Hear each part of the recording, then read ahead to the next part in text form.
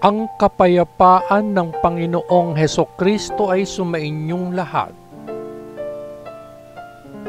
Magandang araw sa inyong lahat, saan mang sulok ng mundo kayo naroroon sa sandaling ito. Ang mabasahing banal na kasulatan sa araw na ito ay pinamagatan kong maunawain, maawain at mapagpala ang Diyos, pero kagimbal-gimbal kapag siya ay nagalit. Pagbasa sa banal na kasulatan mula sa aklat ni Propeta Jeremias, ika-4 hanggang ika-6 na kabanata.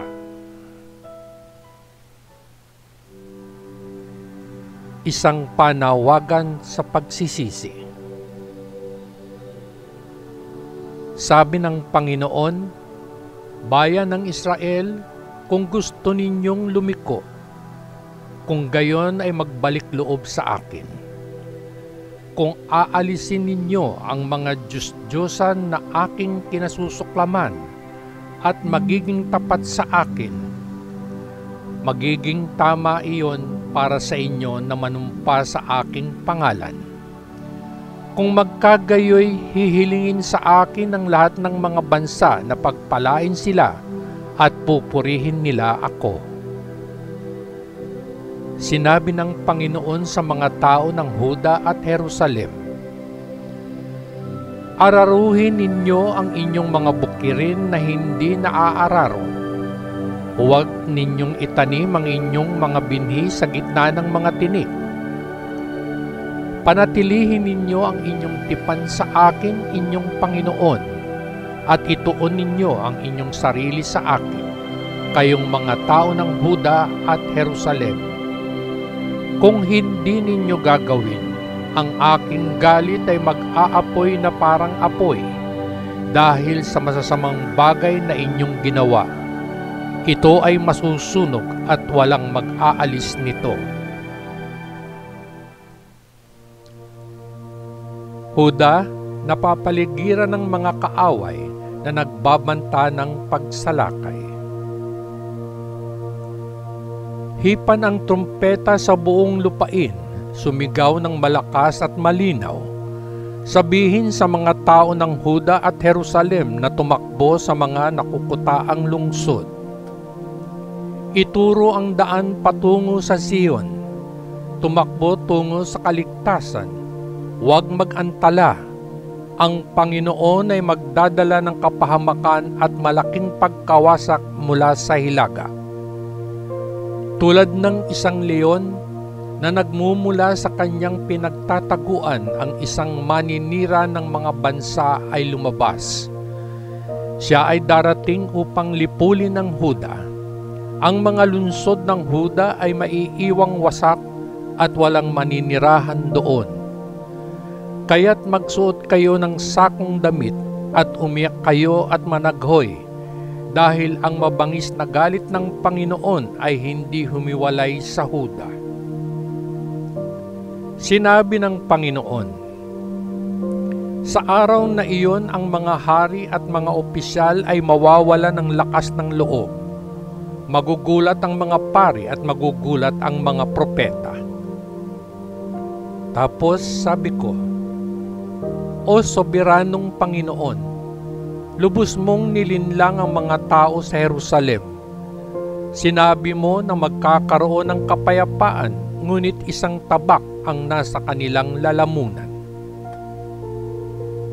Darating ang panahon na sasabihan ang mga tao ng Jerusalem na ang isang nakapapasong hangin ay humihip mula sa disyerto patungo sa kanila. Hindi ito magiging banayad na hangin na tumatangay lamang ng ipa. Ang hangin na dumating sa utos ng Panginoon ay magiging mas malakas kaysa diyan. Ang Panginoon mismo ang nagbigay ng hatol sa kanyang bayan. Masdan, ang mga kalaban ay dumarating na parang ulap. Ang kanyang mga karwaheng pandigma ay parang ipo-ipo, at ang kanyang mga kabayo ay mas mabilis kaysa sa mga agila. naligaw tayo, tayo ay mapapahamak. Jerusalem, hugasan ang kasamaan sa iyong puso upang ikaw ay maligtas. Hanggang kailan ka magpapatuloy sa pag-iisip ng mga makasalanang kaisipan? Ang mga mensahero mula sa lungsod ng Dan at mula sa mga burol ng Efraim ay nagpahayag ng masamang balita. Dumating sila upang balaan ang mga bansa at sabihin sa Jerusalem na ang mga kaaway ay nagmumula sa isang malayong bansa. Sisigaw ang mga kaaway na ito laban sa mga lungsod ng Huda at palilibutan ang Jerusalem na parang mga lalaking nagbabantay sa isang parang. Sapagkat ang kanyang bayan ay naghimagsik laban sa Panginoon. Ang Panginoon ay nagsalita. Huda, dinala mo ito sa iyong sarili sa pamamagitan ng paraan ng iyong pamumuhay at ng mga bagay na iyong ginawa. Ang iyong kasalanan ang nagdulot ng paghihirap na ito. Sinaksak ka nito sa puso. Ang kalungkutan ni Jeremias para sa kanyang bayan at ang pangitain ng paparating na pagkawasak. Ang sakit, hindi ko kaya ang sakit. Ang puso ko, sobrang lakas ng tibok ng puso ko. Hindi ako makaimik, naririnig ko ang mga trumpeta at ang mga hiyawan ng labanan. Ang isang kalamidad ay sinundan ng isa pa. Ang buong bansa ay naiwan sa mga guho. Biglang nasira ang aming mga tolda, napunit ang kanilang mga kurtina. Hanggang kailan ko makikita ang nagngangalit na labanan at marinig ang mga tunog ng mga trumpeta? Ang sabi ng Panginoon, ang aking mga tao ay hangal, hindi nila ako kilala. Para silang mga batang mangmang, wala silang pagkakaunawaan. Dalubhasa sila sa paggawa ng masama, ngunit mga bigo sa paggawa ng mabuti. Tumingin ako sa lupa.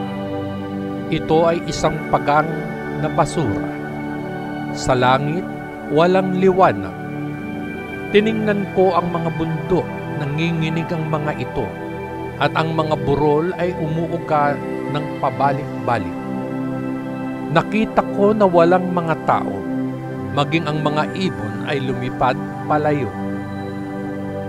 Ang matabang lupain ay naging disyerto, ang mga lungsod nito ay nasira dahil sa matinding galit ng Panginoon. Sinabi ng Panginoon na ang buong lupa ay magiging ilang, ngunit hindi niya ganap na lilipulin. Ang mundo ay magdadalamhati, magdidilim ang langit. Ang Panginoon ay nagsalita at hindi magbabago ang kanyang isip. Nakapagdesisyon na siya at hindi na tatalikod. Sa ingay ng mga mangangabayo at mga mamamana, lahat ay tatakas. Ang ilan ay tatakbo sa kagubatan, ang iba ay aakyat sa gitna ng mga bato. Ang bawat bayan ay iiwang walang laman at walang sinumang maninirahan sa kanila. Jerusalem, ikaw ay mapapahamak. Bakit ka nakasuot ng eskarlata? Bakit ka naglalagay ng alahas at pinintahan ang iyong mga mata? Pinapaganda mo ang sarili mo para sa wala. Tinanggihan ka ng iyong mga manliligaw at nais kang patayin. Nakarinig ako ng isang sigaw, tulad ng isang babaeng nanganganak. Isang sigaw na parang isang babaeng nagdadala ng kanyang unang anak. Iyon ay ang sigaw ng Jerusalem na humihingal, na iniunat ang kanyang kamay at nagsasabi, "Napahamak ako, parating sila para patayin ako." Ang kasalanan ng Jerusalem. Mga tao sa Jerusalem, tumakbo sa inyong mga kalye. Tumingin sa paligid. Tingnan ninyo para sa inyong sarili. Maghanap sa mga pamilihan. Makakahanap ba kayo ng isang tao na gumagawa ng tama at nagsisikap na maging tapat sa Diyos? Kung mayroon, patatawarin ng Panginoon ang Jerusalem. Kahit na sinasabi ninyong sumasamba kayo sa Panginoon, walang ibig sabihin ang inyong sinasabi. Tiyak na naghahanap ang Panginoon ng katapatan. Sinaktan niya kayo, ngunit hindi ninyo pinansin. Dinurog niya kayo, pero ayaw ninyong matuto. Matigas ang ulo ninyo at hindi kayo tumalikod sa inyong mga kasalanan. Tapos ay naisip ko, ito ay mga mahihirap at mangmang. Sila ay kumilos ng may kamangmangan, hindi nila alam kung ano ang hinihingi ng kanilang Diyos, kung ano ang gusto ng Panginoon na gawin nila. Pupunta ako sa mga taong may kapangyarihan at makikipag-usap sa kanila. Tiyak na alam nila kung ano ang hinihiling ng kanilang Diyos, kung ano ang nais ng Panginoon na gawin nila. Ngunit lahat sila ay tumanggi sa awtoridad ng Panginoon at tumangging sumunod sa Kanya. Kaya naman papatayin sila ng mga leon mula sa kagubatan. Dudurugin sila ng mga lobo mula sa disyerto at maglalakbay ang mga leopardo sa kanilang mga bayan. Kung ang mga taong iyon ay lumabas, sila ay maluluray dahil ang kanilang mga kasalanan ay marami at oras-oras nilang tinalikuran ang Diyos. Ang Panginoon ay nagtanong, "Bakit ko patatawarin ang mga kasalanan ng aking mga tao? Iniwan nila ako at sumamba sa mga Diyos na hindi totoo. Pinakain ko ang aking mga tao hanggang sa sila ay mabusog. Ngunit sila ay nangalunya at ginugol ang kanilang oras sa mga patotot. Sila'y parang mailap na mga kabayong pinakain na may pagnanasa. Bawat isa ay nagnanasa sa asawa ng kanyang kapwa. Hindi ba dapat ko silang parusahan dahil sa mga bagay na ito at maghiganti sa isang bansang tulad nito? Magpapadala ako ng mga kaaway upang putulin ang mga ubasan ng aking mga tao, ngunit hindi para sirain sila ng lubusan. Sasabihin ko sa kanila na tanggalin ang mga sanga, dahil ang mga sanga na iyon ay hindi akin. Ang mga tao ng Israel at Huda ay lubos na nagtaksil sa akin. Ako ang Panginoon ang nagsalita." Itinatakwil ng Panginoon ang Israel. Ang bayan ng Panginoon ay tinanggihan siya at sinabi, "Wala talaga siyang gagawin. Hindi tayo magkakaroon ng mahirap na panahon. Hindi tayo magkakaroon ng digmaan o taggutom." Sinabi nila na ang mga propeta ay walang iba kundi mga taong madaldal at wala silang mensahe mula sa Panginoon. Sinabi sa akin ng Panginoong Diyos na makapangyarihan sa lahat, "Jeremias, dahil ang mga taong ito ay nagsabi ng mga bagay na ito, gagawin kong parang apoy sa iyong bibig ang aking mga salita. Ang mga tao ay magiging parang kahoy at susunugin sila ng apoy. Mga tao ng Israel, dadali ng Panginoon ang isang bansang mula sa malayo upang salakayin kayo. Ito ay isang malakas at sinaunang bansa. Isang bansa na ang wika ay hindi ninyo alam. Ang kanilang mga mamamana ay mga makapangyarihang sundalo na pumapatay ng walang awa. Lalamunin nila ang inyong mga pananim at ang inyong pagkain. Papatayin nila ang inyong mga anak na lalaki at babae. Papatayin nila ang inyong mga kawan at mga bakhan at sisirain nila ang inyong mga baging at puno ng igos. Ang mga nakukutaang lungsod na inyong pinagkakatiwalaan ay wawasakin ng kanilang hukbo. Ang sabi ng Panginoon, gayunpaman kahit sa mga araw na iyon ay hindi ko ganap na lilipulin ang aking mga tao.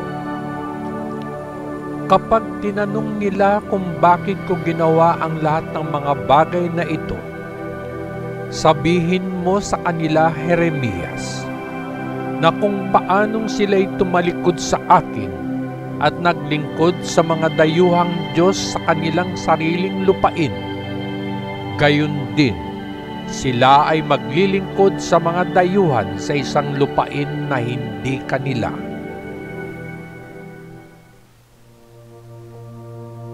Nagbabala ang Diyos sa kanyang bayan. Ang sabi ng Panginoon, sabihin mo sa mga inapo ni Jacob, sabihin sa mga tao ni Juda, magbigay pansin kayong mga taong hangal at estupido na may mga mata, ngunit hindi makakita, na may mga tainga, ngunit hindi makarinig. Ako ang Panginoon, bakit hindi kayo natatakot sa akin? Bakit hindi kayo nanginginig sa harapan ko? Inilagay ko ang buhangin bilang hangganan ng dagat, isang permanenteng hangganan na hindi nito matatawid. Ang dagat ay maaaring tumalon, ngunit hindi ito makalalampas dito. Maaaring umungol ang mga alon, ngunit hindi sila makalulusot. Ngunit kayong mga tao, kayo ay matigas ang ulo at mapanghimagsik. Tumalikod kayo at iniwan ako. Hindi ninyo naisip na parangalan ako, kahit na ipinadala ko ang taglagas na ulan at tagsibol, at binibigyan ko kayo ng panahon ng pag-ani bawat taon. Sa halip, ang inyong mga kasalanan ang nagtago ng mabubuting bagay na ito sa inyo. Ang masasamang tao ay naninirahan sa gitna ng aking mga tao. Sila'y naghihintay na parang mga taong naglalatag ng mga lambat upang manghuli ng mga ibon, ngunit naglalagay sila ng mga bitag upang manghuli ng mga tao. Kung paanong pinupuno ng mga ngaso ang kanyang hawla ng mga ibon, pinupuno nila ang kanilang mga bahay ng pinagnakawan. Kaya naman sila ay makapangyarihan at mayaman. Bakit sila mataba at busog na busog? Walang hangganan ang kanilang masasamang gawa. Hindi nila binibigyan ang mga ulila ng kanilang mga karapatan o nagpapakita ng hustisya sa mga inaapi. Ngunit ako, ang Panginoon, ay parurusahan sila dahil sa mga bagay na ito. Maghihiganti ako sa bansang ito. Isang kakilakilabot at nakagigimbal na bagay ang mangyayari sa lupain. Ang mga propeta ay walang sinasabi kundi kasinungalingan. Ang mga pari ay namumuno ayon sa utos ng mga propeta. At ang aking mga tao ay hindi nag-aalok ng pagtutol. Pero ano ang gagawin nila kapag natapos na ang lahat? Ang Jerusalem ay napapaligiran ng mga kaaway. Mga tao ng Benjamin tumakbo tungo sa kaligtasan. Tumakas mula sa Jerusalem, magpatunog ng trumpeta sa Tekoa, at gumawa ng hudyat na apoy sa Beth-Hatcherem. Malapit nang dumating ang malaking kapahamakan at pagkawasak mula sa hilaga. Ang lungsod ng Sion ay maganda, ngunit ito ay mawawasak. Ang mga hari ay magkakampo doon kasama ang kanilang mga hukbo. Magtatayo sila ng kanilang mga tolda sa palibot ng lungsod, at bawat isa ay magkakampo saan man niya naisip. Sasabihin nila, maghanda sa pagsalakay sa Jerusalem, maghanda, aatake tayo sa tanghali. Ngunit pagkatapos ay sasabihin nila, huli na, malapit nang matapos ang araw at humahaba na ang anino sa gabi. Aatake tayo sa gabi. Wawasakin natin ang mga kuta ng lungsod. Inutusan ng Panginoong makapangyarihan sa lahat ang mga haring ito na magputol ng mga puno at magtayo ng mga bunton upang makupkup ang Jerusalem. Sinabi niya, parurusahan ko ang lungsod na ito dahil puno ito ng pang-aapi. Kung paanong pinananatiling sariwa ng isang balon ang tubig nito, gayon pinananatiling sariwa ng Jerusalem ang kasamaan nito. Naririnig ko ang mga karahasan at pagkawasak sa lungsod. Sakit at sugat lang ang nakikita ko. Mga tao ng Jerusalem, maging babala sa inyo ang mga kaguluhang ito. Kung hindi, iiwan ko kayo. Gagawin kong disyerto ang inyong lungsod, isang lugar na walang nakatira. Ang Israel ay naghimagsik at tinanggihan ang daan ng Diyos. Sinabi sa akin ng Panginoong makapangyarihan sa lahat, ang Israel ay aalisin na parang isang ubasan kung saan ang bawat ubas ay kinuha. Kaya dapat mong iligtas ang lahat ng makakaya mo habang may oras pa. Sumagot ako, sino ang makikinig sa akin kung kakausapin ko sila at babalaan sila? Sila ay matigas ang ulo at ayaw makinig sa iyong mensahe. Tinatawanan nila ang sinabi mong sabihin ko. Ang iyong galit laban sa kanila ay nag-aalab din sa akin, Panginoon, at hindi ko na ito mapipigil pa. Pagkatapos ay sinabi sa akin ng Panginoon, ibuhos mo ang aking galit sa mga bata sa mga lansangan at sa mga pagtitipon ng mga kabataang lalaki. Ang mag-asawa ay kukunin at kahit ang napakatanda ay hindi mapapalampas. Ang kanilang mga bahay ay ibibigay sa iba at gayon din ang kanilang mga bukid at ang kanilang mga asawa. Paparusahan ko ang mga tao sa lupaing ito. Lahat, malaki at maliit, ay nagsisikap na kumita ng pera ng hindi tapat, kahit na ang mga propeta at mga pari ay dinadaya ang mga tao. Sila ay kumikilos na parang mga gasgas lamang ang mga sugat ng aking mga tao. Maayos ang lahat, sabi nila kapag hindi maganda ang lahat. Nahihiya ba sila dahil ginawa nila ang mga kasuklam-suklam na bagay na ito? Hindi. Hindi sila nahiya. Hindi man lang sila marunong mamula. At kaya sila ay babagsak tulad ng iba na bumagsak. Kapag pinarusahan ko sila, iyon na ang katapusan nila. Ako ang Panginoon ang nagsalita. Sinabi ng Panginoon sa kanyang bayan, tumayo kayo sa sangandaan at tumingin. Itanong ang mga sinaunang landas at kung saan ang pinakamagandang daan. Lakaran ninyo iyon at mamumuhay kayo ng payapa. Ngunit sabi nila, hindi namin gagawin. Pagkatapos ay nagtalaga ang Panginoon ng mga bantay upang makinig sa babala ng trumpeta.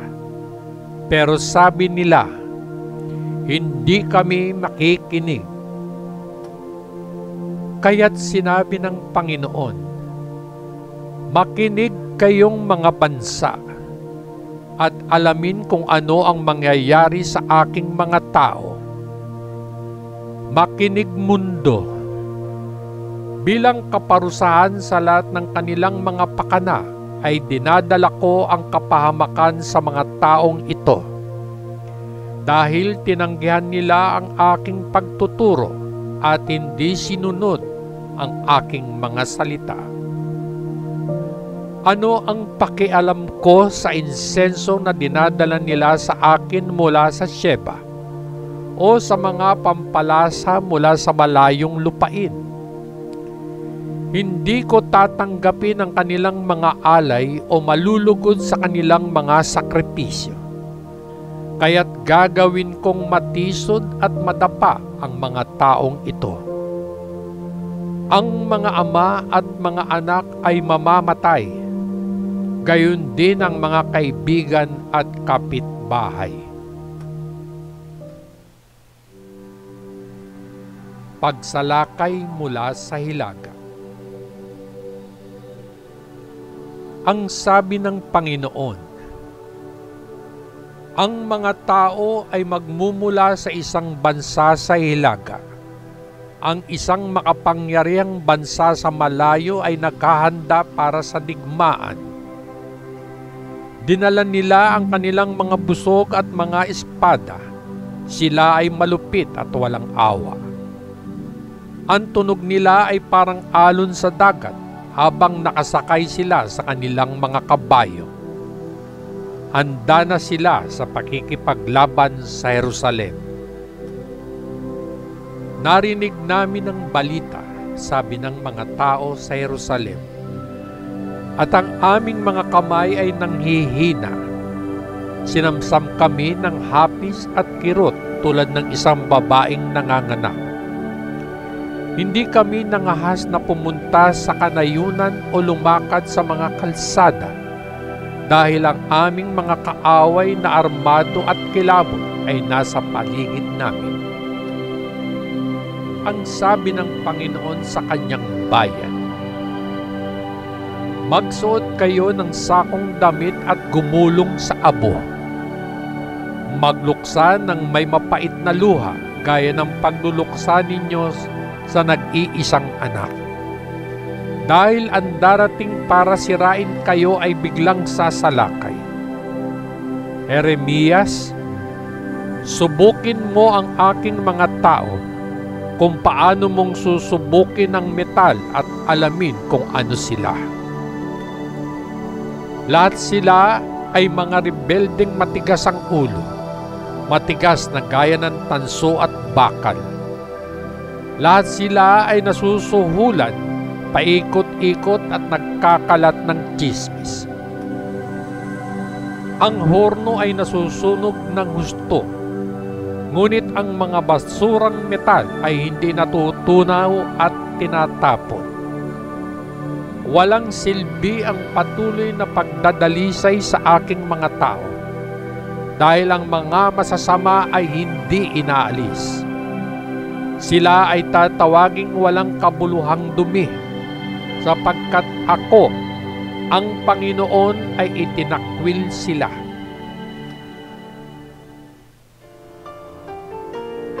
Ang salita ng Diyos. Papuri sa Diyos Ama sa kaitaasan, sa ngalan ng Panginoong Hesukristo na ating manunubos. Amen. Amen. Amen. Peace.